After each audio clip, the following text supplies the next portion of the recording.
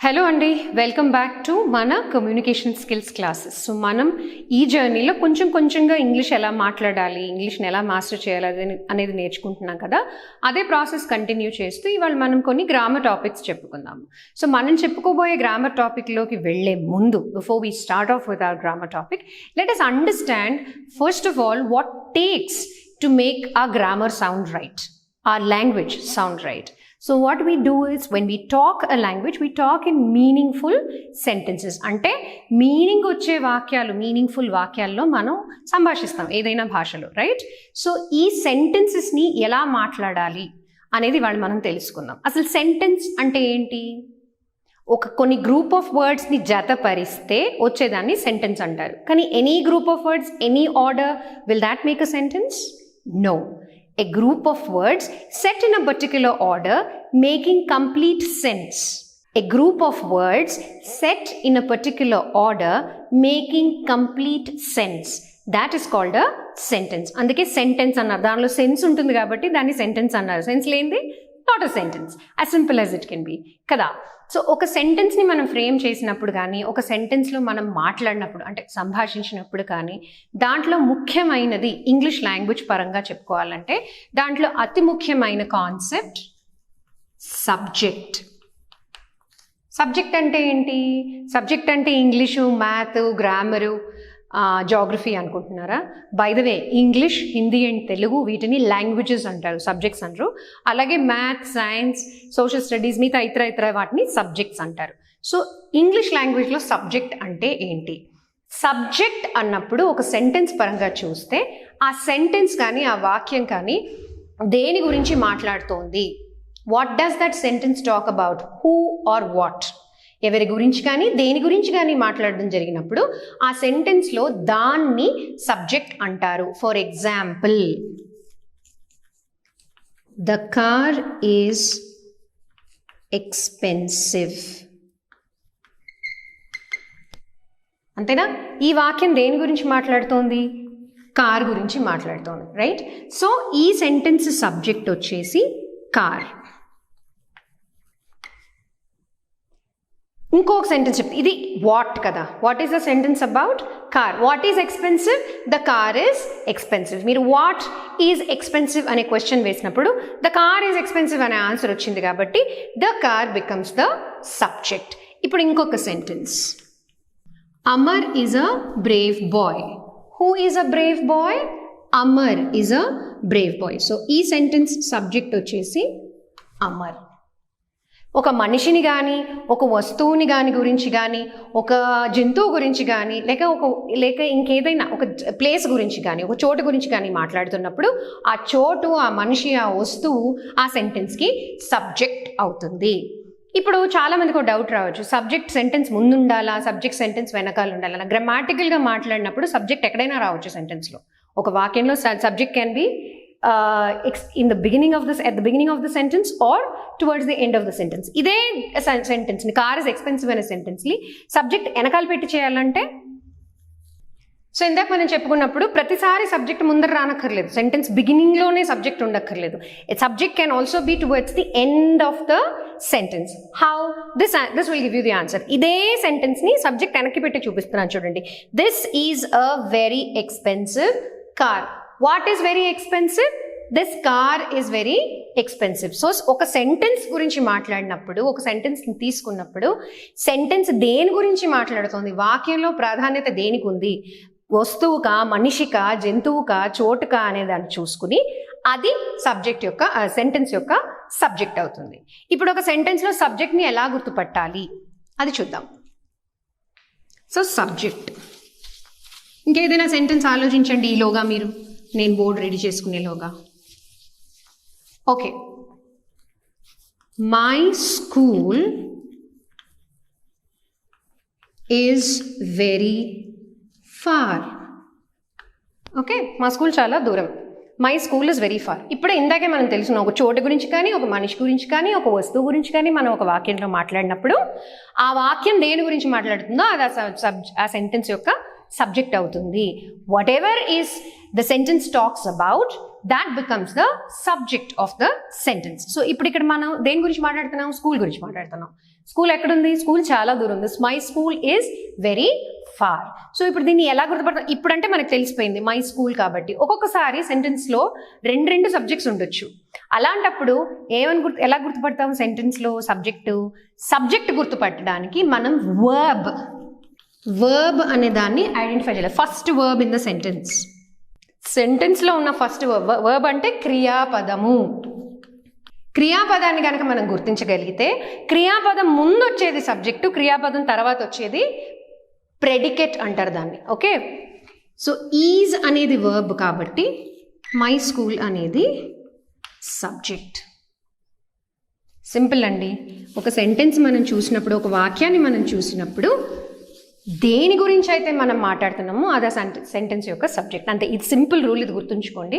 When you are framing a sentence, the most important part the noun, దాని గురించి మాట్లాడతాం కాబట్టి నౌన్ అంటే name of a person, place, animal or thing. So ultimately ఈ 4 మీకు subject రూపంలో ఎనీ వాక్యంలో మీకు కనిపించేది ఇదే. So that is the story of subject of a sentence. మరోసారి సబ్జెక్ట్ తర్వాత వచ్చేది సెంటెన్స్లో ఏంటి అనే దాని గురించి తెలుసుకుందాం. ఇప్పుడే మనం ప్రస్తావించుకున్నాము వర్బ్ అండ్ ప్రెడికేట్. సబ్జెక్ట్ అనేది సెంటెన్స్ దేని గురించి అయితే మాట్లాడుతుందో అంటే person, place, animal or thing, that becomes the subject of the sentence అని చెప్పుకున్నాము. ఇప్పుడు మనం ప్రెడికేట్ అంటే second part of the sentence, that is predicate గురించి మాట్లాడుకుందాము. ప్రెడికేట్ అన్నప్పుడు మనం ఇందాక చెప్పుకున్నట్టుగా my school is very far అనే సెంటెన్స్లో ఆల్రెడీ మనం లాస్ట్ టైం చెప్పుకున్నట్టుగా మై స్కూల్ అనేది సబ్జెక్ట్, ఎందుకంటే సెంటెన్సే దీని గురించి మాట్లాడుతాం, స్కూల్ గురించి మాట్లాడుతాం కాబట్టి. దీని తర్వాత వర్బ్ ఐడెంటిఫై చేయమని చెప్పుకున్నాం మనం. So verb is. Okay, so my school అనేది సబ్జెక్ట్ అయినప్పుడు వర్బ్ నుంచి సెంటెన్స్ని డివైడ్ చేసుకోవాలి. Verb plus remaining part of the sentence becomes predicate. ఏదైనా సెంటెన్స్ తీసుకోండి మీరు, first noun becomes the subject of the sentence, and from the first verb onwards what follows is called the predicate. So ఇది subject అంటే most important దేని గురించి అయితే మనం మాట్లాడుతున్నామో, remaining part becomes the predicate. Okay, last time మనం ఇంకో sentence చెప్పుకున్నాము. The car is very expensive అనే దాంట్లో the car subject, is very expensive అనేది ఇప్పుడు మీకు తెలిసిపోయింది, అది ప్రెడికేట్ అని. But this is a very expensive car అన్నప్పుడు ఇది కదా సబ్జెక్టు, అప్పుడు ప్రెడికేట్ ఏదవుతుంది? మరి మేడం ఇందాక వర్బ్ అని చెప్పారు కదా, వర్బ్ ఐడెంటిఫై చేయమన్నారు కదా. వర్బ్ ఐడెంటిఫై చేసినప్పుడు this becomes subject, is a very expensive car becomes predicate. I hope you all get it. Predicate అనేది left over part of the sentence, అంటే సబ్జెక్ట్ తీసేయగా మిగిలిపోయిన పార్ట్ ఆఫ్ ద సెంటెన్స్ని predicate అంటారు. What comes after the subject. So సబ్జెక్ట్ని మనం identify చేసుకుంటే verb దగ్గర నుంచి మిగతా part of the sentence becomes the predicate. So ఇదండి story of subject and predicate. ఇప్పుడు కొన్ని ఎగ్జాంపుల్ సెంటెన్సెస్ చూద్దాం. The sun rises in the east, right? So sentence దేని గురించి మాట్లాడుతుంది? ద సన్ గురించి మాట్లాడుతుంది. So the sun becomes the subject, rises already verb అని తెలుసు కాబట్టి this part becomes the predicate. Okay, Tom is a very naughty బాయా క్యాటా? నాకు టామ్ అండ్ జెర్రీ అంటే చాలా ఇష్టం, సో నేను క్యాట్ అనే రాస్తాను. So Tom is a very naughty cat. దేని గురించి మాట్లాడుతున్నాం? క్యాట్ గురించి మాట్లాడుతున్నాం. టామ్ అనే క్యాట్ గురించి మాట్లాడుతున్నామా? ఇప్పుడు చూడండి, ఈ సెంటెన్స్లో 2 nouns ఉన్నాయి. క్యాట్ అనేది కూడా నౌన్, టామ్ అనేది కూడా noun. But which is the first noun of the sentence? Tom. We are talking about Tom as a cat కదా, కాబట్టి టామ్ బికమ్స్ ద సబ్జెక్ట్. మళ్ళీ ఈజ్ వర్బ్ కాబట్టి from here the left over part becomes the predicate. So ప్రతి సెంటెన్స్లో subject and predicate చాలా చాలా important. As far as English goes, subject లేనిది సెంటెన్స్కి సెన్స్ రాదు.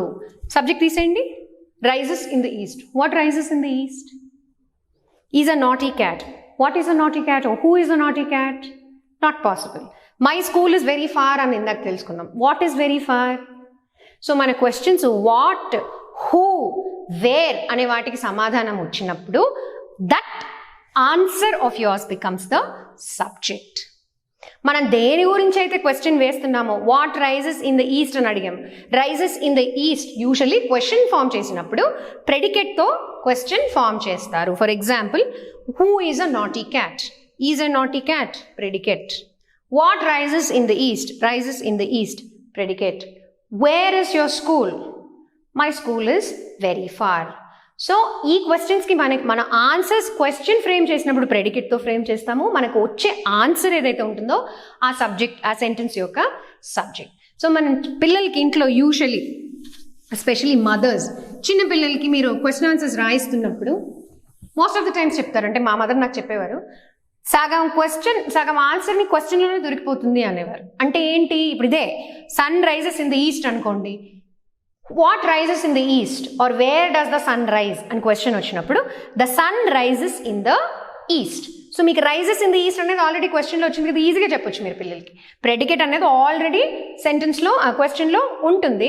Answer is the subject. 2 words మనం నేర్చుకుంటే ఆన్సర్ మనకి ఈజీగా వచ్చేస్తుంది. సో ఇది importance of subject and predicate. English లాంగ్వేజ్లో సబ్జెక్ట్ అండ్ ప్రెడికేట్ వచ్చి అంటే మనం సెంటెన్స్ ఎక్కడ డివైడ్ చేసుకోవాలి, ముందర దేని గురించి దేనికి ప్రాముఖ్యత ఇచ్చి దేనికి ప్రాధాన్యత ఇచ్చి మాట్లాడాలని తెలిస్తే subject and predicate becomes very very easy to learn, to apply and to teach.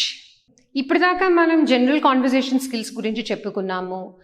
రీసెంట్గా మనము సబ్జెక్ట్, ప్రెడికేట్ అంటే గ్రామర్ కాన్సెప్ట్స్ ద్వారా తెలుసుకుంటున్నాము. ఎందుకు మనం గ్రామర్ కాన్సెప్ట్ సిరీస్ స్టార్ట్ చేసామని చాలామందికి డౌట్ ఉంటుంది. కమ్యూనికేటివ్ ఇంగ్లీష్ అన్నారు, కాన్వర్జేషనల్ స్కిల్స్ అన్నారు, గ్రామర్ టాపిక్స్ ఎందుకు వస్తున్నాయి అంటే చాలామంది వ్యూవర్స్ రిక్వెస్ట్ చేశారు, గ్రామర్ ద్వారా మాకు స్పోకెన్ ఇంగ్లీష్ నేర్పించండి అని. సో ఇదే మా ఎఫర్ట్. మీకు గ్రామర్ ద్వారా రోజువారీ జీవితంలో మీరు ఎలా కన్వర్స్ చేయొచ్చు అని మీకు కమ్యూనికేట్ చేయడానికి, మీకు నేర్పించడానికి మేము ట్రై చేస్తాము. సో ఇదే ఎఫర్ట్లో లాస్ట్ టైం మనము సబ్జెక్ట్ అండ్ ప్రెడికేట్ గురించి తెలుసుకున్నాము. 1 topic of English grammar, subject and predicate. So దాంట్లో మనం తెలుసుకునేది ఏంటంటే ఒక సెంటెన్స్, ఒక వాక్యం గురించి మనం మాట్లాడినప్పుడు, for example, Mike is a good speaker. మనం ఇలా మాట్లాడినప్పుడు ఫస్ట్ నౌన్, ఎందుకంటే దీంట్లో 2 నౌన్స్ ఉన్నాయి, Mike and speaker. Okay, speaker అనేవాళ్ళు ఎవరైనా అయి ఉండొచ్చు, ఏ వ్యక్తి అయినా స్పీకర్ అయి ఉండొచ్చు. మైక్ అనే వ్యక్తి గురించి మనం మాట్లాడుతున్నాం కాబట్టి Mike becomes the subject of the sentence. Also ఇంకొక క్లూ తెలుసుకున్నాం మనం, వర్బ్ని కనుక మనం గుర్తుపడితే వర్బ్ నుంచి ఫాలో అయ్యేది మొత్తం ప్రెడికేట్, వర్బ్ ముందర వచ్చేది సబ్జెక్ట్. సింపుల్ సెంటెన్సెస్ గురించి చెప్తున్నాను నేను. So Mike is the subject, is the verb కాబట్టి రిమైనింగ్ బికమ్స్ ద ప్రెడికేట్. ఇవాళ మనం వర్బ్స్ గురించి తెలుసుకుందాం. నౌన్ అని మనం ఆల్రెడీ చెప్పేసుకున్నాం. Noun is the name of a person, place, animal or thing. ఒక మనిషి కానీ, ఒక జంతువు కానీ, ఒక వస్తువు కానీ, ఒక చోటు పేరు కానీ తెలిపే పదాలని నౌన్స్ అంటారు. Name of a person, place, animal or thing is called a noun. నౌన్స్ని నేమింగ్ వర్డ్స్ అంటారు, ఎందుకంటే పేర్లు వాటితో మనకు తెలుస్తాయి కాబట్టి వాటిని నేమింగ్ వర్డ్స్ అంటారు. So this is a noun. Mike is a noun, ఒక వ్యక్తి పేరు కాబట్టి మైక్ అనేది నౌన్ అవుతుంది. సో వర్బ్స్ అంటే ఏంటి? సింపుల్గా చెప్పాలంటే వర్బ్స్ ఆర్ యాక్షన్ వర్డ్స్. మనం చేసే ఏ యాక్షన్ అయినా కన్వే చేసే వర్డ్స్ని వర్బ్స్ అంటారు. VERBS, వెర్బ్ కాదండి, వర్బ్. R is silent. ఇంగ్లీష్లో చాలా పదాలు ఉంటాయి, పాపం ఎందుకో ఖర్చు పెట్టేస్తుంటారు ఎక్స్ట్రా పదాలు. VEB అని రాసుకోవచ్చు కదా వెర్బ్ అన్నప్పుడు. వర్బ్ అదంతే, ఆ లాంగ్వేజే అంత. So verbs are action words. మనం చేసే ఏ పనైనా కన్వే చేసే పదాలని వర్బ్స్ అంటారు. తెలుగులో, హిందీలో క్రియాపదాలు అంటారు వీటిని. సో ఈ క్రియాపదాలని కనుక మనం గుర్తుపట్టగలిగితే మనకి సబ్జెక్ట్ని సెంటెన్స్ని సబ్జెక్ట్ అండ్ ప్రెడికేట్లోకి డివైడ్ చేసుకోవడం ఈజీ అయిపోతుంది, స్ప్లిట్ చేసుకోవడం ఈజీ అయిపోతుంది. ఇప్పుడు ఈ వర్బ్ అనే వాటి గురించి తెలుసుకునే ముందు అసలు వర్బ్ అంటే ఏంటి? వర్బ్స్ అంటే ఓన్లీ యాక్షన్ కన్వే చేసే వర్డ్సా, ఇంకేమైనా వేరే వర్డ్స్ కూడా ఉంటాయా అని చాలామందికి డౌట్ ఉంటుంది. సో వర్బ్స్ అనేవి బేసిక్గా యాక్షన్ని కన్వే చేస్తాయి, స్టేట్ని కన్వే చేస్తాయి. స్టేట్ అంటే తెలంగాణ, ఆంధ్రప్రదేశ్, కర్ణాటక, తమిళనాడు, కేరళ, ఢిల్లీ, జమ్మూ అలా కాదు. స్టేట్ అంటే మనం ఉన్న స్థితి, మనము ఉన్న స్థితి. ఐ యామ్, ఐ వాజ్, ఇవన్నీ స్టేట్ని కన్వే చేస్తాయి. So they can be action words, they can also be words which convey the state of what? State of the subject or noun. ante kadandi, noun e subject antena. Noun ante name of a person, place, animal or thing.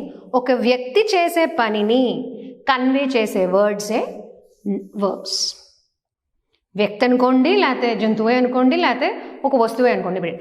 There is a duster in my hand. దీని state ఏంటి? It is in my hand. So is state convey చేస్తుంది కదా, ఇక్కడ ఉంది అంతేనా. ఉంది అనేది మనకి క్రియాపదం, ఈజ్ అనేది క్రియాపదం అవుతుంది. So words which convey actions and also the state of a noun. Action చేసేది కూడా నౌనే, స్టేట్ కూడా నౌన్దే ఉంటుంది. కాబట్టి ఈ పదాలని వర్బ్స్ అని అంటారు. సో ఒక సెంటెన్స్లో వర్బ్ ఏం రోల్ ప్లే చేస్తుంది? What is the role of a verb in a sentence? వర్బ్స్కే టైం అనేది వర్తిస్తుంది. దీన్ని బట్టి మీకు తెలిసిపోవాలి ఇంగ్లీష్ గ్రామర్లో మనం నెక్స్ట్ ఎటు మూవ్ అవుతున్నామని.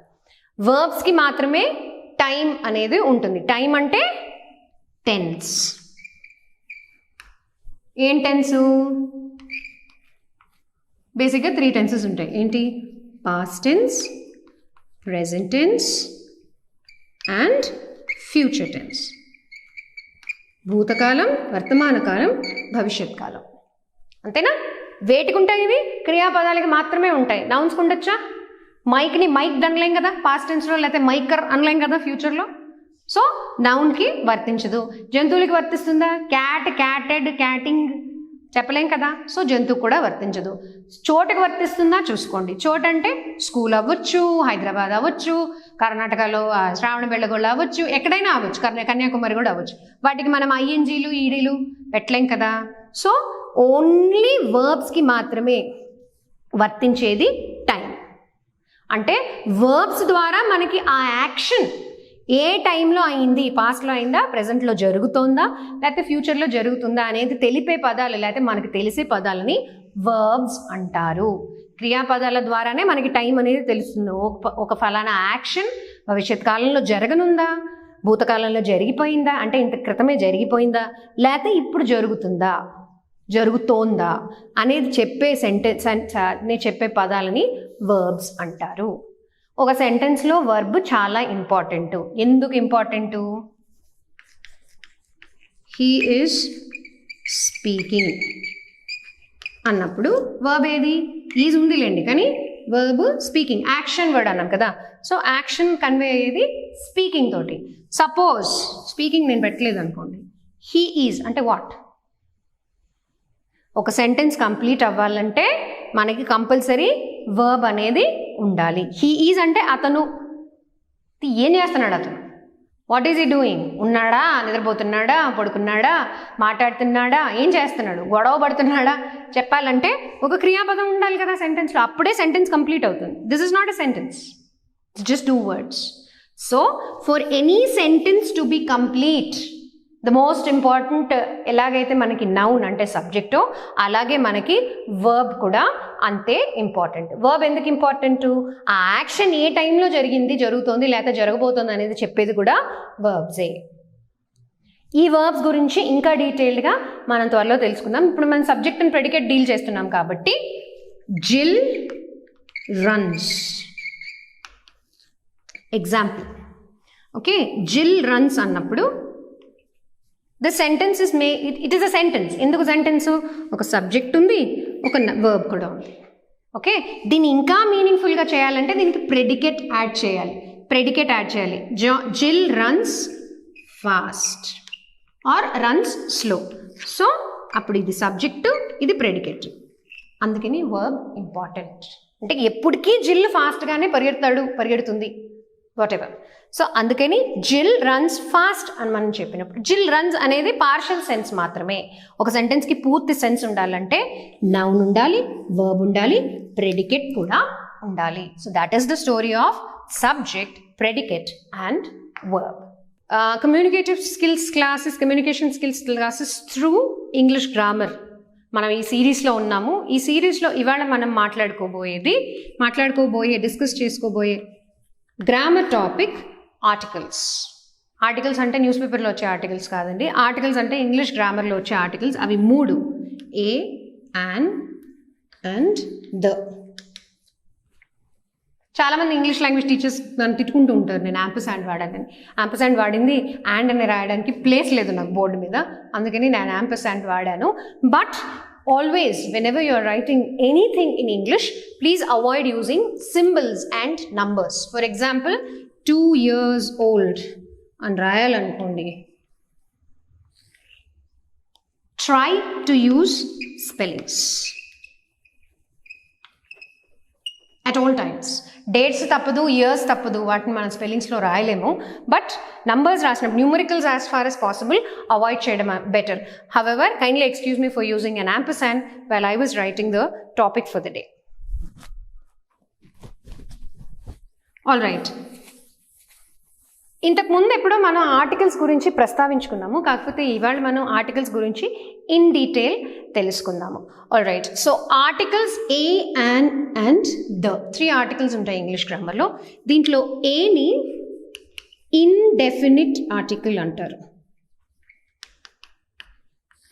ఏని ఇండెఫినిట్ ఆర్టికల్ అంటారు. ఎందుకు ఇండెఫినిట్ అంటే ఇది పర్టికులర్గా దేన్ని పాయింట్అవుట్ చేయదు. ఈ ఆర్టికల్ వచ్చింది ఒక సెంటెన్స్లో అన్నప్పుడు, ఒక వస్తువు ముందు కానీ ఒక సబ్జెక్ట్లో ఏ అని వాడినప్పుడు ఇది ఇండెఫినిట్ అంటే దేన్ని పర్టికులర్గా పాయింట్అవుట్ చేసి చెప్పదు. ఇన్ జనరల్గా మనం దేని గురించి అయినా మాట్లాడుకున్నప్పుడు యూజువలీ ఏ అనేది వాడతాం. For example,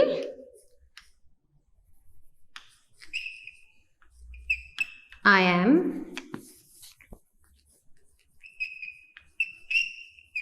going to a better city. Okay, I'm going to a better city for a better life అనుకోండి. దీనిలో మనం ఎన్ని ఏళ్ళు వాడేసాము? 2 ఏళ్ళు వాడాము. ఓకే, సో ఎవరినో అడిగారు ఎక్కడికి వెళ్ళాలనుకుంటున్నావు అంటే I'm going to a better city. Usually మనం ఒక చోటు నుంచి ఇంకో చోటుకి వెళ్ళేదాన్ని మైగ్రేషన్ అంటారు. ఎందుకు మైగ్రేట్ చేస్తాం మనం ఒక చోటు నుంచి ఇంకో చోటుకి? బెటర్ లైఫ్ లీడ్ చేయడానికి, better facilities, better payment, better accessibility to medical కానీ ఎడ్యుకేషన్ కానీ. యూజువల్లీ ఎడ్యుకేషన్ అండ్ బిజినెస్ పరంగా మనం మూవ్ అవుతాం ఒక చోటు నుంచి ఇంకో చోటుకి. So I'm going to a better city. ఫ్యూచర్లో I will be going to a better city for a better life. A better city అంటే ఇంకా తను డిసైడ్ చేసుకోలేదు. There is nothing definite. ఎక్కడికైనా బెటర్ సిటీకి వెళ్ళాలనుకుంటున్నాను ఒక మంచి జీవితాన్ని లీడ్ చేయడానికి అని అన్నప్పుడు a better city.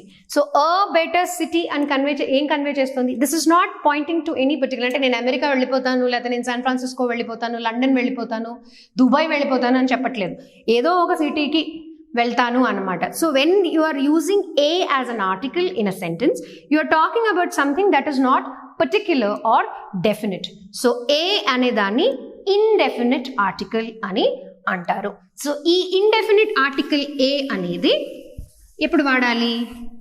In front of all consonant words.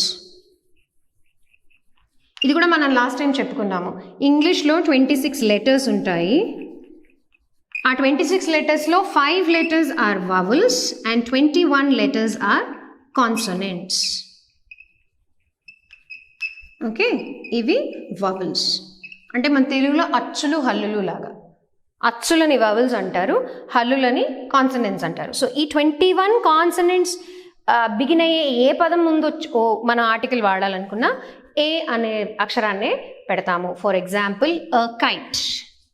మీరు ఏ కాన్సనెంట్ అన్నది తీసుకుని అన్ని కాన్సనెంట్స్ రాసి చూపిస్తాను మీకు కావాలంటే. Give me consonants, tell me what are all the consonants please. B కాన్సనెంటేనా? Okay. A ball, right? C, a cat. D, a dog. E ledu, F, a fish, right? G, a gun. H, a hat. I లేదు. J, a jar. K, a kite. L, a lion, a lamb. Example రాస్తున్నా నేను. M, a monkey. N, a nest. Right? O, sorry. P, a pan. Okay? Q, a quill. R, a rat. S, a star. T, a tap. ఇవన్నీ consonants. వెళ్ళిపోతాను నేను Z దాకా, చూస్తుండండి. You రాదు. UV, a van. W, a watch. Okay. X, a xylophone. Okay. Y, a yacht. YATCH, yacht అని నేర్పిస్తారు. YATCH pronunciation is yacht. Z, a zip. So చూడండి, 26 లెటర్స్లోంచి మనం 21 letters రాసాము. ఎక్కడైనా మనం యాన్ వాడామా? జనరల్గా నార్మల్గా కాన్వర్జేషన్లో కూడా యాన్ లయన్ అయితే అనం కదా. యాన్ మంకీ అనము, యాన్ నెస్ట్ అనము, యాన్ ప్యాన్ అనము, యాన్ జైలోఫోన్ అనము, యాన్ యాట్ అనము, యాన్ జిప్ అనము. సో మనకు ఆల్రెడీ న్యాచురల్గా తెలిసిన విషయం ఏంటంటే కాన్సనెంట్స్ 21 లెటర్స్ 1 2 3 4 5 6 7 8 9 10 11 12 13 14 15 16 17 18 19 20 21. ఈ 21 లెటర్స్తో ఎక్కడైనా ఏ పదమైనా తీసుకోండి మొదలైనప్పుడు మనం దాని ముందర వాడే article is always a. Besides this you will not use the articles an with them. An అనేది మనం ఎప్పుడు వాడతాము? యాన్ అనేది ఆ 5 మిగిలిపోయిన 5 అక్షరాలు, అచ్చులు అని ఇందాక చెప్పుకున్నాం కదా, వవల్స్. ఆ వవల్స్ ముందర మాత్రమే వచ్చే పదాలు ఏవైతే స్టార్ట్ అవుతాయో వవల్స్ తోటి, వాటి ముందు మాత్రమే మనం యాన్ అనేది వాడతాము. అది మనం నెక్స్ట్ ఎపిసోడ్లో చూద్దాము. For now, A, the article a is called an indefinite article because it does not point out to any particular noun or subject, and you use a as an article before any word that begins with the 21 consonant letters or consonant sounds. In the next episode, we will talk about the article an and the definite article the.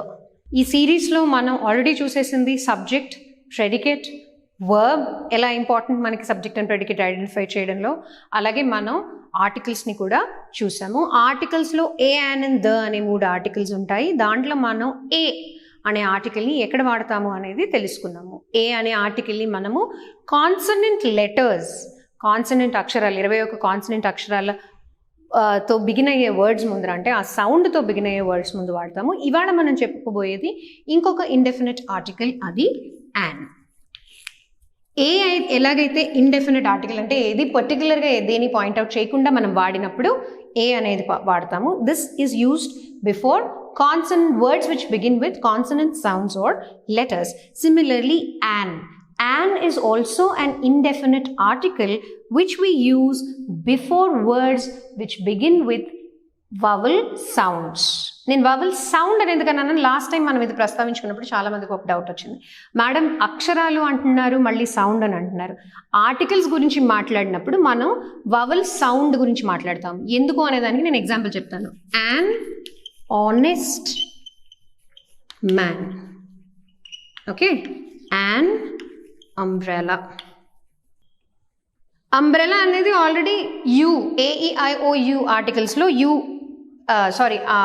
AEIOU వవల్స్లో U అనేది vowel కాబట్టి an అని వాడాం. But H అనేది consonant sound కదా, hut, hat. మరి ఎందుకు an వాడాను? యాన్ ఎందుకు వాడానంటే ఈ పదంలో హెచ్ అనే అక్షరం సైలెంట్. ఆనెస్ట్ అనేటప్పుడు చాలామంది హానెస్ట్ అంటారు, అది తప్పు ప్రొనౌన్సియేషన్ అండి. హానెస్ట్ అనే పదం ఉండదు, ఆనెస్ట్ అనాలి. HONEST ఆనెస్ట్ స్పెల్లింగ్ అయినప్పటికీ హెచ్ అనేది సైలెంట్ కాబట్టి ఆనెస్ట్ అనే సౌండ్తో బిగిన్ అవుతుంది. So AEIOU, IOU. సో ఓ అనేది వవల్ సౌండ్, వవల్ అక్షరం, వవల్ శబ్దం కాబట్టి an honest man. Same way, our. ఎన్ని హార్స్ అవుతుంది అంటారు, ఎన్ని హార్స్ కాదు, ఎన్ని అవర్స్ అవుతాయి. సో అవర్ అన్నప్పుడు I will take an hour, right? Because H is silent. That is the reason I kept on specifying that when we talk about articles, we basically talk about the sound of the letter that is at the beginning of the word. Okay, so honest, honest, you cannot use the article a because H is a consonant. You have to use the article an because you're talking about honest where the H is silent. Similarly, when you talk about R, HOUR, so H is silent, so the article an precedes the word HOUR. Now moving on to article an. As we've already discussed, మనం already చెప్పుకున్నట్టుగా an అనేది కూడా indefinite article. Last time చెప్పాను నేను, indefinite అంటే దేని డెఫినెట్గా పర్టికులర్గా పాయింట్అవుట్ చేయనిది. సో an అనేది కూడా జనరల్గా మనకి నంబర్ కానీ స్పెసిఫిసిటీ తెలియనప్పుడు మనం వాడేది an.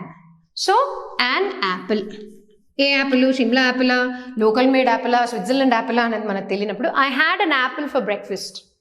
సో an యాపిల్, ఏదో ఒక యాపిల్ తిన్నాను అంతేనా.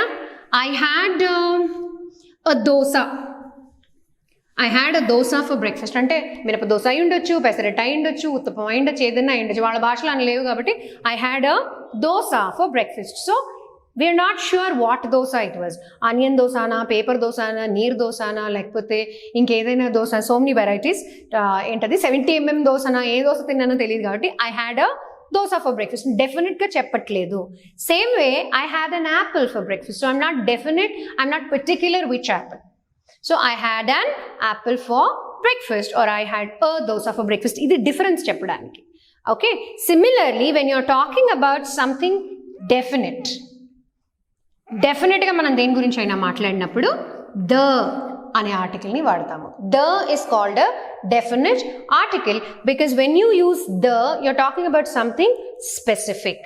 For example, the sun rises in the east, the earth is a unique planet అన్నప్పుడు మనం స్పెసిఫిక్గా ఎర్త్ గురించి మాట్లాడుతున్నాం కాబట్టి the earth is a unique planet. The sun rises in the east. అదే మీరు వీనస్ మీద ఉన్నారనుకోండి, sun rises in the east అనలేదు, sun rises in the west, sets in the east. ఎందుకంటే direction of the rotation of the planet. Earth rotates from west to east కాబట్టి మనకి sun rise అనేది ఈస్ట్లో జరుగుతుంది, సన్సెట్ అనేది వెస్ట్లో జరుగుతుంది. అది రివర్స్లో రొటేట్ అవుతుంది, వీనస్ అనేది రివర్స్లో రొటేట్ అవుతుంది కాబట్టి వాళ్ళకి సన్ రైజ్ అనేది వెస్ట్లో జరిగి సన్సెట్ అనేది ఈస్ట్లో ఉంటుంది.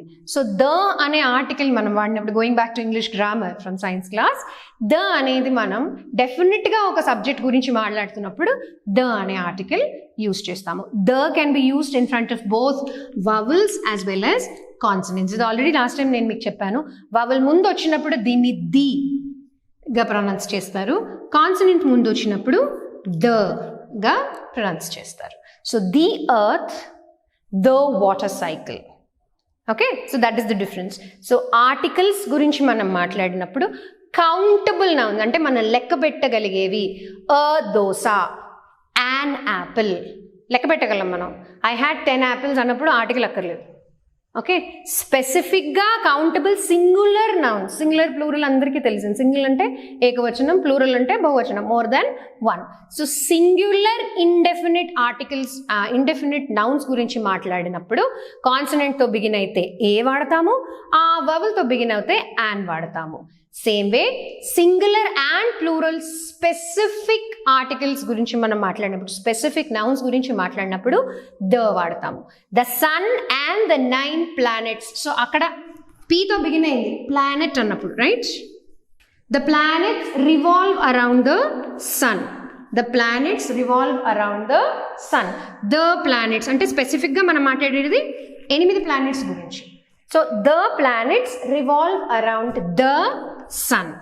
సో స్పెసిఫిక్గా ఏది వేటి చుట్టూ తిరుగుతున్నాయి, లేకపోతే ఏవి వేటి చుట్టూ తిరుగుతున్నాయి, దేని చుట్టూ తిరుగుతున్నాయి అనేది స్పెసిఫిక్గా చెప్తున్నాం కాబట్టి the planets revolve around the sun. The అని ఎందుకు ప్రొనౌన్స్ చేస్తున్నాం ఇప్పుడే అనుకున్నాం. కాన్సనెంట్ సౌండ్ వర్డ్స్ ముందు వచ్చినప్పుడు THEని ద అని ప్రొనౌన్స్ చేస్తాము.